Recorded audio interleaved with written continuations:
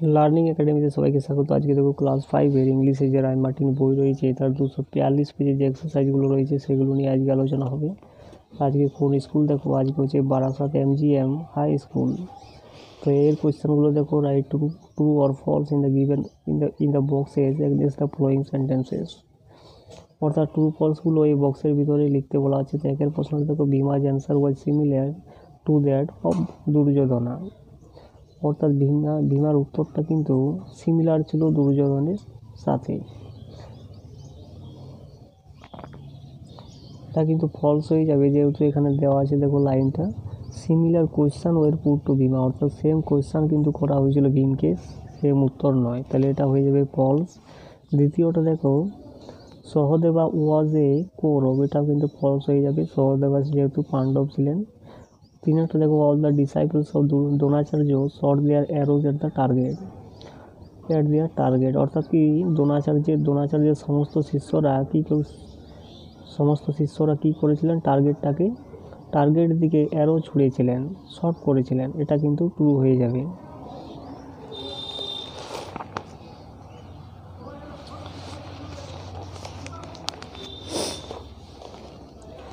এরপর চারেরটা দেখো, Duryodhana could see only the head of the wooden bird. অর্থাৎ দুর্যোধনা শুধুমাত্র কিন্তু ওই উডেন বার্ডটার কেবলমাত্র মাথাটা দেখতে পেয়েছিলেন, এটা কিন্তু ফলস হয়ে যাবে। এগুলো পাঁচেরটা দেখো, Dronacharya declared Arjun the best student, এটা কিন্তু ট্রু হয়ে যাবে।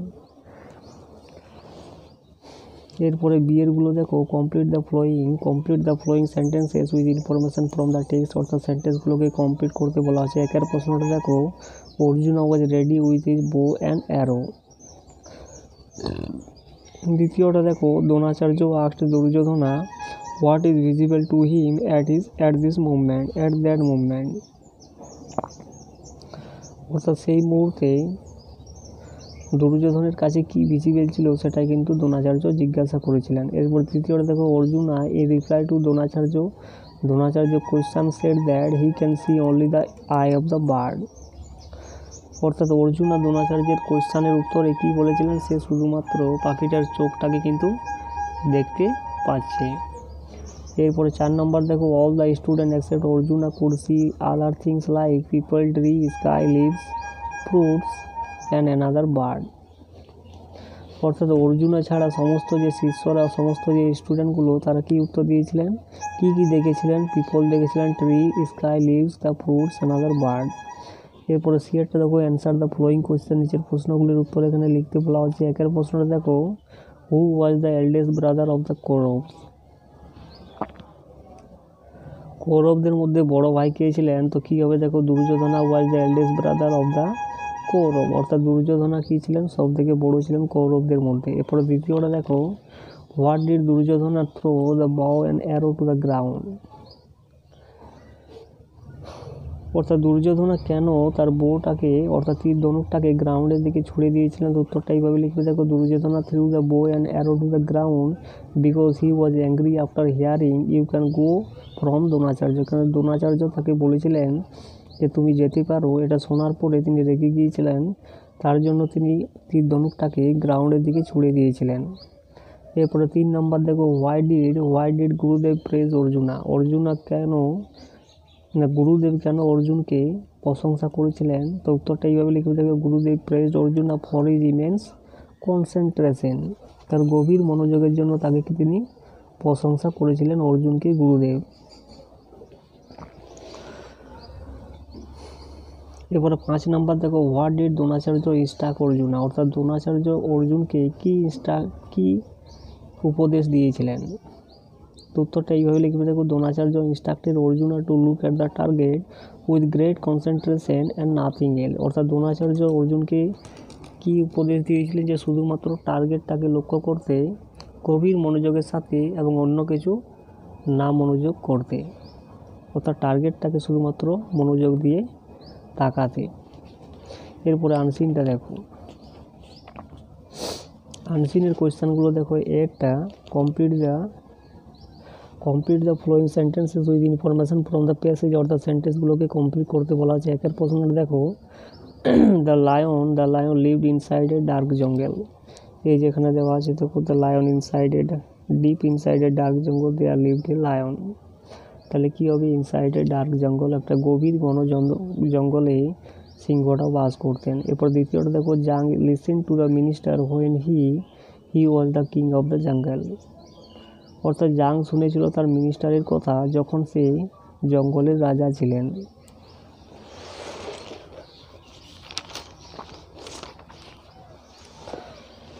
এরপরে তিনেরটা দেখো দ্য মিনিস্টার টোল্ড জাং that he was the bravest and the strongest king on earth. অর্থাৎ মিনিস্টার জাংকে বলেছিলেন যে সে হচ্ছে সব থেকে সাহসী এবং সব থেকে শক্তিশালী রাজা পৃথিবীর মধ্যে। এরপরে বিয়েরগুলো দেখো অ্যান্সার দ্য ফ্লোয়িং কোয়েশ্চেন, নিজের প্রশ্নগুলির উত্তর এখানে লিখতে বলা আছে। তো একের প্রশ্নটা দেখো ডিসক্রাইব দ্য অ্যাপিয়ারেন্স অফ জাং, অর্থাৎ জাংকের অ্যাপিয়ারেন্সটাকে এখানে বর্ণনা করতে বলা হয়েছে। তো কী লিখবে দেখো, the appearance of Jang is that he was a big handsome lion with a golden mane and fiery eyes. অর্থাৎ সে একটা খুব সুন্দর একটা সিংহ ছিলেন, উইথ এ গোল্ডেন ম্যান অর্থাৎ সোনালি রঙের কেশর ছিলেন, এবং ফায়ারি আইজ ছিলেন অর্থাৎ হিংস্রতার চোখগুলো ছিল। এরপরে দ্বিতীয়টা দেখো how did the jackals want to keep জাং হ্যাপি, অর্থাৎ শিয়ালগুলো কীভাবে জাংকে খুশি করতে চেয়েছিলেন। তো উত্তরটা এইভাবে লিখবে দেখো, the jackals wanted to keep জাং happy by telling only what he like to hear and they agreed with everything. এরপরে গ্রামারগুলো দেখো, তিনের দাগে দেখো fill in the blanks with the present continuous forms of the verb given in the bracket, অর্থাৎ present continuous verb form দিয়ে এই সেন্টেন্সগুলোকে এই ব্ল্যাঙ্কগুলোকে পূর্ণ করতে বলা হয়েছে। এক একটা দেখো I am doing my homework, এখানে কন্টিনিউয়াস বলা আছে, তাহলে কী হবে ডুইং ভার্বের সঙ্গে আইএনজি আর আই থাকলে কী বসবে এম, এবং দ্য বয়েজ থাকলে আর বসবে, এবং কন্টিনিউয়াস মানে ভার্বের সঙ্গে আইএনজি, তাহলে the boys are enjoying the football match. তিনেরটা দেখো কন্টিনিউয়াস মানে আইএনজি, তাহলে এটা হবে গ্রোয়িং, আর এটা হবে বহু বচনে রয়েছে, তাহলে হবে আর ক্রপস ইন দ্য ফিল্ড।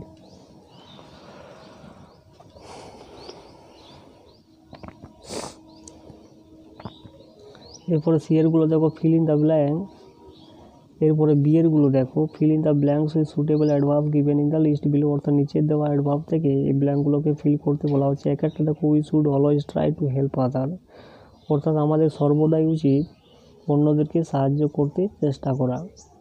এরপরে দ্বিতীয়টা দেখো the secretary gladly accepted the proposal.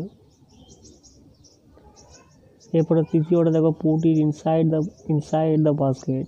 এরপরে সি নাম্বার দেখো fill in the blanks with appropriate article and preposition, অর্থাৎ অ্যাপ্রোপ্রিয়েট আর্টিকেল অ্যান্ড প্রিপোজিশন দিয়ে এই ব্ল্যাঙ্কগুলোকে ফিল করতে বলা আছে। এক একটা দেখো Madhumita belong to a rich family, belong থাকলে কি বসে টু। এরপরে দ্বিতীয়টা দেখো the old man died on cancer, তাহলে ডায়েড অন বসবে এখানে। এরপরে তৃতীয়টা দেখো he is an intelligent boy. এরপরে ডিয়ারগুলো দেখো underline the adjective in the following sentences, অর্থাৎ অ্যাডজেক্টিভগুলো এখানে আন্ডারলাইন করতে বলা হচ্ছে। এক একটা দেখো stay away from the harmful animal, অর্থাৎ দূরে থাকো ক্ষতিকর প্রাণীদের থেকে। তো হার্মফুলটা হয়ে যাবে এখানে অ্যাডজেক্টিভ।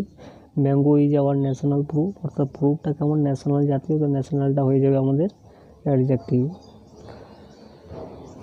এরপরে ইয়েরগুলো দেখো fill in the blanks with suitable words given in the list below, অর্থাৎ নিচের দেওয়া ওয়ার্ড থেকে এই ব্ল্যাঙ্কগুলোকে ফিল করতে বলা হচ্ছে। তো এক একটা দেখো the Bandel church is a historical place, অর্থাৎ ব্যান্ডেল চার্চ একটা ঐতিহাসিক জায়গা। Holi is a festival of colour, হোলিটা হচ্ছে কি কালারের ফেস্টিভ্যাল। এবার তিন নাম্বার দেখো mausoleum is a building build over the grave of dead people. এরপরে অ্যাফেয়ারগুলো দেখো change the gender of the following word, অর্থাৎ উইসটা হয়ে যাবে উইডো আর নেফিউটা হয়ে যাবে নিস। এরপরে জিএরটা দেখো make sentence of your own with the following word, অর্থাৎ এই শব্দটার একটা সেন্টেন্স তৈরি করতে বলা হচ্ছে। তো লাভটাও কী হবে দেখো I love my pet dog very much.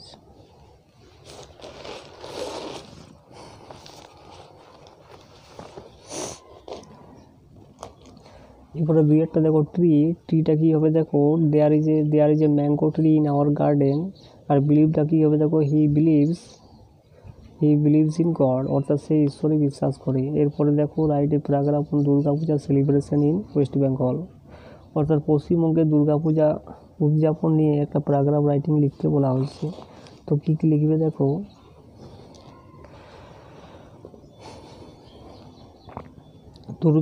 Durga Puja is the greatest festival of Bengal, অর্থাৎ দুর্গাপূজাটা মহান একটা ফেস্টিভ্যাল উৎসব পশ্চিমবঙ্গের। It is held in autumn, যেটা হয় অটামে। Goddess Durga and her children are worship for 3 days, অর্থাৎ গডেস দুর্গা এবং তার যে শিশুগুলো সেগুলোকে পুজো করা হয় 3 দিন ধরে। She is the symbol of strength and power, সে হচ্ছে শক্তির প্রতীক।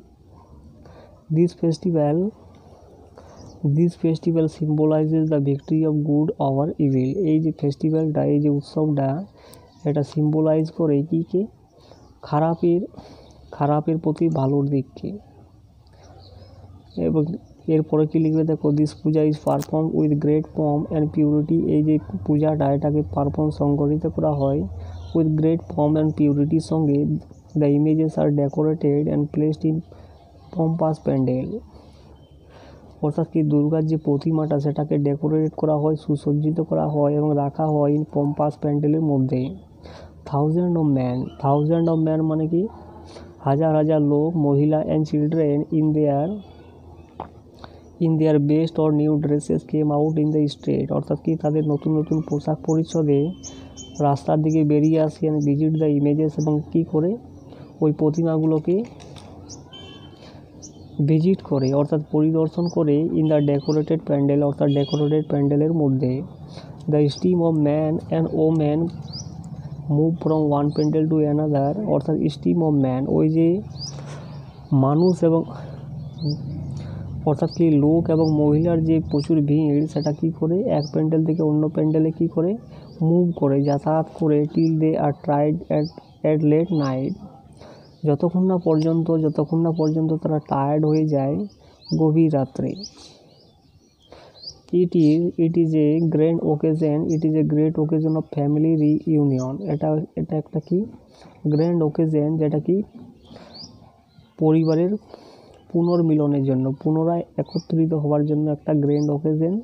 New dresses, feast and enjoyment, অর্থাৎ উপভোগেরও একটা কিন্তু গ্র্যান্ড ওকেজন। এরপরে কি লিখবে দেখো, even the poor forget their woes, এমনকি গরিবরা কিন্তু ভুলে যায় তাদের দুঃখগুলোকে। ফর দিস 3 days, এই 3 দিনে তাদের কি করে? তাদের দুঃখগুলোকে ভুলে যায় গরিবরা। On the 4th of the day, অর্থাৎ 4 দিনে দ্য ইমেজ ইমার্জ, অর্থাৎ ওই প্রতিমাটাকে ভাসিয়ে দেওয়া হয়, ডুবিয়ে দেওয়া হয় ইন ট্যাঙ্কস অ্যান্ড রিভার, যেটাকে নদীতে কি করা হয়? ডুবিয়ে দেওয়া হয় with a feeling of great happiness, অর্থাৎ বিশাল একটা আনন্দের সঙ্গে ওই প্রতিমাটাকে নদীতে বা ট্যাঙ্কে কী করা হয়? ভাসিয়ে দেওয়া হয় বা ডুবিয়ে দেওয়া হয়।